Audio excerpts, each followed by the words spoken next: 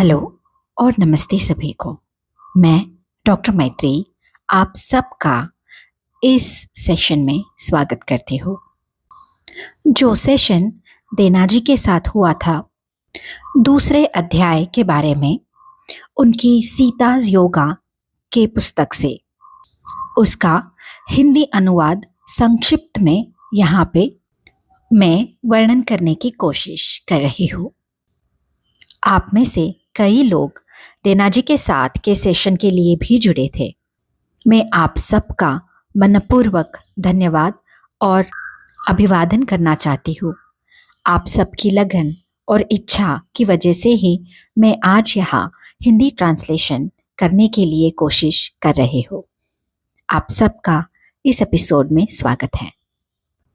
इस दूसरे प्रकरण का शीर्षक है नाम और रूप से परे होने का योग। जब मैंने ये शीर्षक पढ़ा पहली बार, तब मुझे लगा कि शायद इस प्रकरण में ये समझने मिलेगा कि हमें एक इंसान के रूप में हमारे रूप और नाम से आगे कैसे बढ़ना ज़रूरी है। हम जो इस दुनिया में हमें अपने आप को हमारे काम से, हमारे रिश्तों से जानते हैं, इन सब को परे होकर जब हम अपने आप से जुड़ने की कोशिश करेंगे, तब शायद हम सही मायने में राम और सीता को अपने अंदर जान सकेंगे। ऐसा मुझे लगा था, लेकिन जैसे मैंने इस अध्याय को पढ़ा तो मैं समझी कि ये सिर्फ खुद के रूप और रंग से आगे बढ़ना नहीं, बल्कि राम और सीता या जिन्हें भी हम आदर्श मानते हैं और जिनके उदाहरण लेकर उनके गुण आत्मसात करने का प्रयत्न करते हैं, उनके भी रूप और रंग से, नाम से परे होना।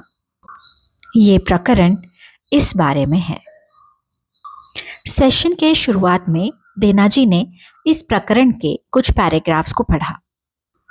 इनमें सोमा हमें उनका खुद का निजी अनुभव बता रही है, जब उन्होंने राम और सीता के सत्य रूप को जाना था और वही उन्होंने अपने में ही पाया था। इस अनुभव को विस्तारित रूप से इस पुस्तक में दिया गया है और इसी पैराग्राफ्स को देनाजी ने सेशन के शुरुआत में पढ़ा। देवानी सोमा को पूछती है कि राम और सीता एक्चुअल में कौन है, क्योंकि देवानी के लिए सीता अभी तक एक ऋषि ही है जो जंगल में 2 बच्चों के साथ और सोमा के साथ रह रही है। कुछ घटनाओं की वजह से जब उसे लगता है कि क्या ये ऋषि ही हमारी महारानी भी है, और इस कंफ्यूजन में वो सोमा जी को पूछती है कि आप बताइए राम और सीता एक्चुअल में कौन है। तब सोमा अपना निजी अनुभव ये बताते हुए कहती है, उनको शब्दों में वर्णन करना बहुत ही मुश्किल है, उन्हें बस एक्सपीरियंस किया जा सकता है। अनुभव से ही हम उनका रूप जान सकते हैं ध्यान में। जब सोमा ने राम को शादी से पहले मिथिला में देखा था, तब वो उनका रूप देख ही नहीं पाई थी। उन्होंने राम को सिर्फ एक अद्भुत प्रकाश में महसूस किया था और देखा था। लेकिन अयोध्या में आने के बाद जब उन्होंने राम को एक राजकुमार की तरह देखा, उनको लोगों के साथ, रिश्तेदारों के साथ बातें करते हुए देखा और आंख बंद करने पर वापस वही प्रकाश रूप समझा, तो उनके मन में भी एक कंफ्यूजन तैयार हुआ कि राम एक्चुअल में कौन है। इस कंफ्यूजन को सीता ने जानकर एक रात जब सब काम खत्म हुए थे, तब सोमा को साथ में बिठाकर उन्हें पूछा कि पूछो मन में क्या है।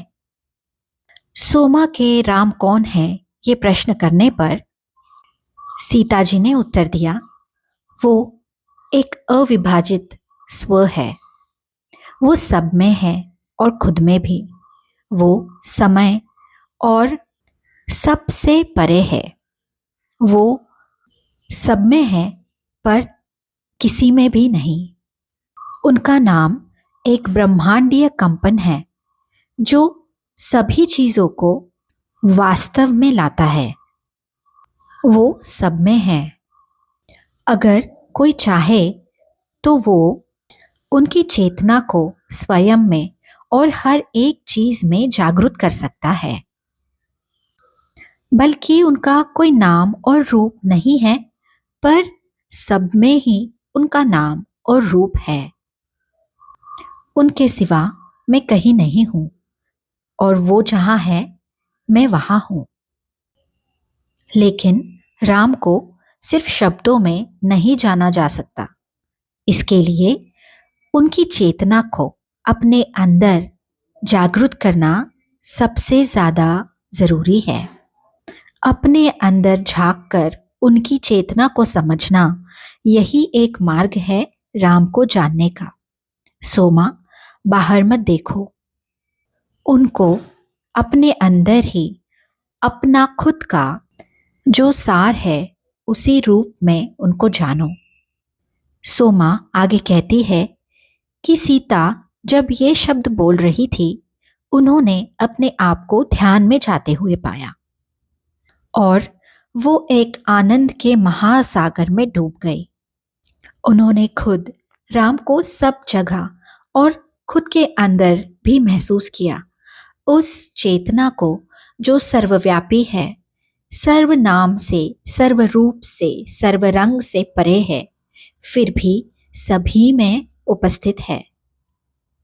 उन्होंने खुद को हर जीव जंतु का एक हिस्सा ऐसे जाना, सबके साथ सब में महसूस किया।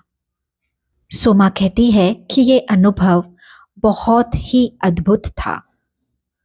अगर वो चाहती तो इसी स्थिति में वो अनंत काल तक बैठ सकती थी, लेकिन ऐसे लगा कि बाहर बुलाया गया है ध्यान से, और जब आंखें खोली तब उन्होंने देखा कि उनके सामने सीता नहीं लेकिन राम बैठे हुए हैं। उन्होंने पूछा, अगर ये सब राम है तो सीता कौन है? उनकी आंखें बंद हुई और वो ध्यान की स्थिति में चली गई। उन्होंने अंदर से एक आवाज सुनी, पर यह अंदर से आई हुई आवाज राम की थी। सीता के बिना कोई राम नहीं है। ये सीता ही है जो मुझे अस्तित्व में आने के लिए सक्षम बनाती है। सीता वो ऐसा प्रेम है जो सब कुछ बनाता है और बनाए रखता भी है। सीता वो चुंबकीय शक्ति है जो सभी में बह रही है। उसके सिवा मैं कहीं भी नहीं मिलूंगा। उसके साथ मैं सब जगह हूं। सीता को ढूंढो तो मैं मिलूंगा और मुझे तो वो। हम वो एक अविभाज्य अंग है। आप हमें कहीं ढूंढ नहीं सकते, पर हम सब में हैं। खुद के अंदर झांकिए और आप पाएंगे कि हम वही है, बस जागृत होने की राह में। इन शब्दों के साथ सोमा कहती है कि वो एक बार और गहरे ध्यान की स्थिति में पहुंच गई, जहां पर वही अथांग आनंद का महासागर था। विचारों के और खुद की चेतना के परे वो अनुभव कर रही थी। उन्होंने जाना कि वो नाम और रूप से परे होकर वो एक चेतना जो विश्व चेतना है उसमें मिल गई थी। वो राम भी थी, वो सीता भी थी और विश्व की हर एक चीज में सोमा थी। किसी भी चीज में कुछ फर्क ही नजर नहीं आ रहा था उन्हें। जैसी सुबह हुई, सूर्य किरणों के साथ उन्होंने अपनी आंखें खोली और खुद को उस रूम में अकेला बैठे हुए पाया। वो शब्दों से परे खुद को महसूस कर पा रही थी। उस जगह से हिलना उन्हें मुश्किल हो गया था। थोड़े समय के पश्चात सीता आई और उन्होंने सोमा को कहा, चलो सोमा, दिन की शुरुआत करते हैं। यह अध्याय, ये प्रकरण आगे की पंक्तियों के साथ खत्म होता है, जो है, कोई ऐसा नाम, कोई ऐसा रूप नहीं है जो आप कौन हैं बता सकता है। आप इन सब सीमित पहचानों के परे हो। वही आप हो और वही मैं भी हूं। सेशन में आगे चलते हुए देना जी ने ये कहा कि जिस तरह से सीता ने सोमा को उठाया और कहा कि चलो सोमा, दिन की शुरुआत करते हैं, इससे हमें ये सीखना है कि किस तरह पूर्णतः अपने स्वरूप को जानते हुए भी हमारी जिम्मेदारियों को कैसे निभाना है। मिडिल पाथ कितना इम्पोर्टेंट है इस शरीर में रहते हुए, उस पूर्ण स्वरूप को जानते हुए दिन के काम किस तरह करने हैं, यहाँ पे हमें इस पर गौर करना चाहिए। जब देना जी को पूछा गया कि वो अपने जीवन में इसको किस तरह समझती है, उतारती है, तब उन्होंने कहा कि मेडिटेशन, ध्यान जो है, ये उनके लिए बहुत ही इम्पोर्टेंट है। वो एक तरह से एंकर है, सपोर्ट है। लेकिन मेडिटेशन सिर्फ आधा हिस्सा है। सच्ची परीक्षा जब हम जीवन में लोगों से मिलते हैं, अपने काम करते हैं, तब शुरू होती है। उन्होंने कहा कि मेडिटेशन डेफिनेटली इम्पॉर्टेंट है, एक तरह से रिचार्जिंग करता है हमें, हमारे मन को, खुद को, और हमें हिम्मत देता है कि हम जीवन में अपने कार्य कर सके। इसके साथ साथ हमेशा ये ध्यान में रखना कि हम इस नाम और रूप से परे हैं और हम जब चाहे तब राम, सीता या जिन्हें भी हम मानते हैं, जिनको हम आदर्श कहते हैं, उनकी चेतना से जब चाहे कनेक्ट हो सकते हैं। अपने चेतना को अंतर्मुख करने का और अपनी चेतना को हमेशा राम, सीता या हमारे आदर्शों के साथ कनेक्ट रखने का प्रयास, अभ्यास हमें दिया गया था पहले प्रकरण के बाद में, पहले एपिसोड के बाद में। तो हम सभी हमारे दिन में भी अंतर्मुख होकर वो कनेक्शन को बनाए रखने की कोशिश कर सकते हैं। उसके साथ साथ ध्यान हमें मदद करता है हमेशा मिडिल पाथ में रहने के लिए। आगे देना जी ये कह रही है कि ये पुस्तक के लिखते समय उनका कनेक्शन सीता जी के साथ बहुत स्ट्रांग था।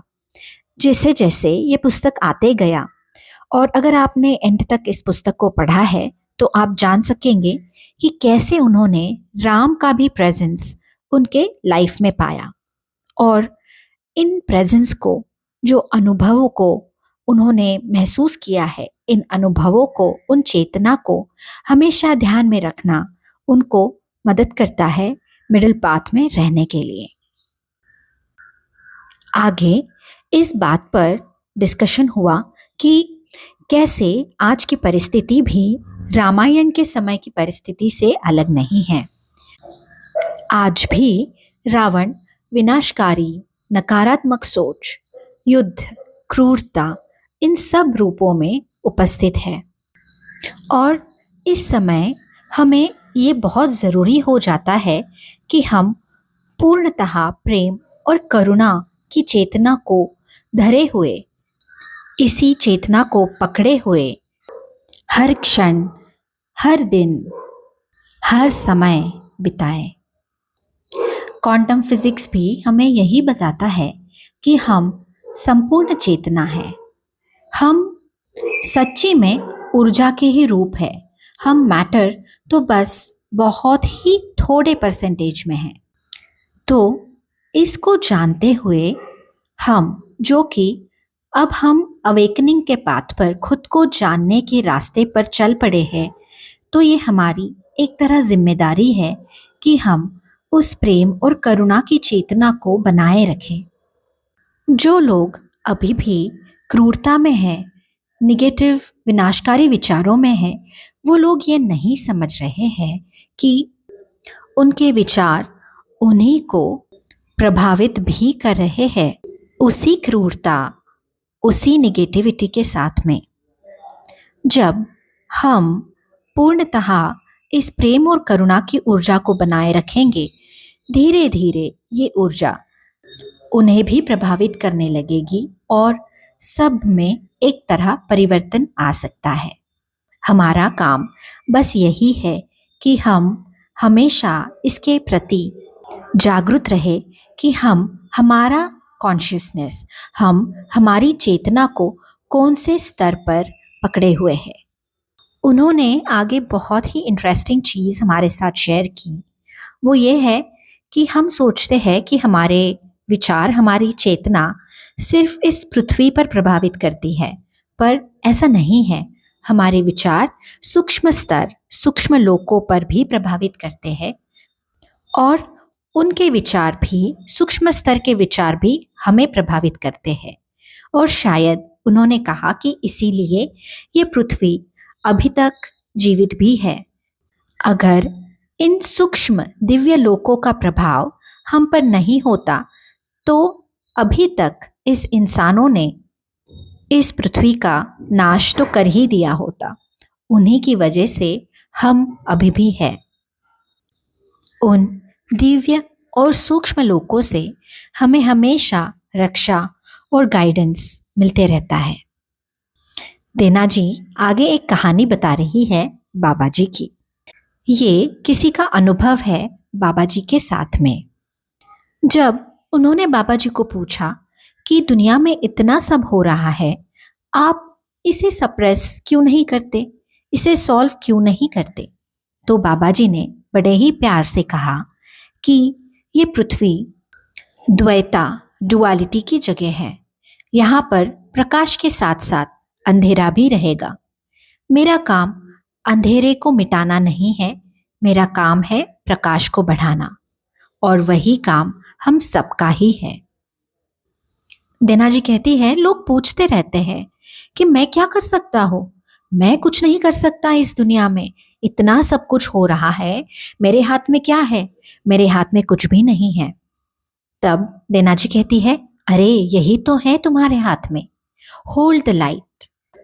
इस लाइट को, इस प्रेम को आप बनाए रखो, अपने चेतना का स्तर हमेशा उच्च रखो, ताकि ये लाइट इतना बढ़े कि अंधेरे को भी लाइट में प्रकाशित कर दे। और ये कैसे करें? बहुत ही सिंपल तरीके से अपने विचारों के प्रति जागरूक हो जाइए, अपनी एक्शन के प्रति जागरूक हो जाइए। आप क्या कर रहे हैं, क्या सोच रहे हैं, इसके ऊपर काम कीजिए। वो कहती है कि दुनिया में जो अब हो रहा है उसे इग्नोर करना, उसके प्रति रिएक्शन ना देना बहुत मुश्किल है, पर हम कोशिश ज़रूर कर सकते हैं। जस्ट हमारे विचारों के प्रति, हमारे कृतियों के प्रति जागरूक होके। आगे चलकर वो और एक बहुत ही इंटरेस्टिंग टॉपिक पर बात कर रही है, जो है सिद्धियों की। वो कहती है कि हाँ, लोगों के पास सिद्धियाँ होती है, बट सिद्धि मिलना मतलब आप एनलाइटेंड है ये तो नहीं है। और सिद्धियों का उपयोग आप कैसे कर रहे हो, इसके ऊपर बहुत कुछ निर्भर करता है। और इसके ऊपर भी इस पुस्तक में आगे चलकर कुछ कहानियां हैं। जब किसी ने सिद्धि का उपयोग गलत तरीके से किया तो उसका परिणाम उसे कैसे भुगतना पड़ा। इसीलिए सबसे सबसे ज़्यादा इम्पोर्टेंट हम सब के लिए यही है कि हम हमारे मन को और हमारे हृदय को शुद्ध बनाएं। और ऐसे करने से हम एक्चुअली बाबा जी का ही काम कर रहे हैं। हम इस दुनिया में और लाइट को और प्रेम को और प्रकाश को ला रहे हैं। उन्हें जब एक अभ्यास के बारे में, एक प्रैक्टिस के बारे में पूछा गया जो हम सब लोग अगले सेशन तक प्रैक्टिस कर सकते हैं, तब उन्होंने हमें ये सजेशन दिया कि जब भी हम ध्यान में बैठे तब हम अपने आप को ये बता के हुए बैठे कि मैं सिर्फ एक रोल प्ले कर रहा हूँ, मैं ये शरीर नहीं हूँ, ना ही मेरी आइडेंटिटी जो इस पृथ्वी के स्तर पर है वो मेरा सच्चा रूप है। इसके साथ दिन में जो भी काम हम कर रहे हैं उसको, उस रोल को पूरी तरह अच्छे से पूरे दिल से निभाते हुए, एक एक्टर के रूप में करते हुए खुद को ऑब्जर्व करना है। जो भी चल रहा है उसे एक प्रेक्षक की तरह निरीक्षण करते हुए आगे बढ़ना है। इसके बाद हम 10 मिनट के साइलेंट मेडिटेशन में गए। इस मेडिटेशन की एक अलग लिंक आप मेरे चैनल पर पाएंगे। मैं आशा करती हूँ कि आपको ये सेशन का सारांश पसंद आया हो। अगर आपके कोई भी प्रश्न है तो आप प्लीज़ कमेंट कीजिए या व्हाट्सएप ग्रुप में भी आप उन्हें लिख सकते हैं। हम उनका जवाब देने की पूरी कोशिश करेंगे। अगले एपिसोड तक लव एंड लाइट।